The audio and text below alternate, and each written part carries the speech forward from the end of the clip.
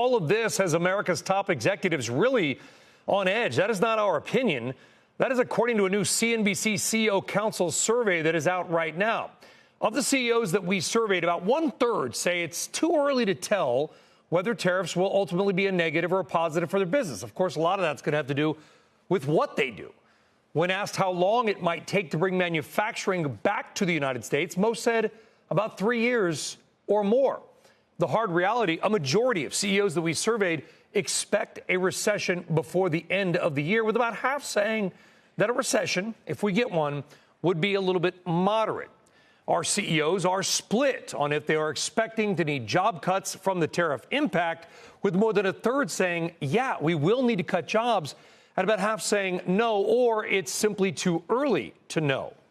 When asked how much prices will go up, the top answers were they weren't sure, up to about 20%. Of course, some might argue tariffs ultimately might be deflationary. They might bring prices down because demand would go with it. We obviously cannot identify the CEOs that we surveyed, but here are some of their quotes. All right, CEOs we surveyed said this. One said it's going to be a wild ride. Another worried about stagflation.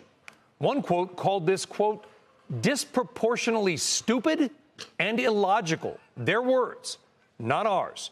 Another warned of a so-called Trump recession.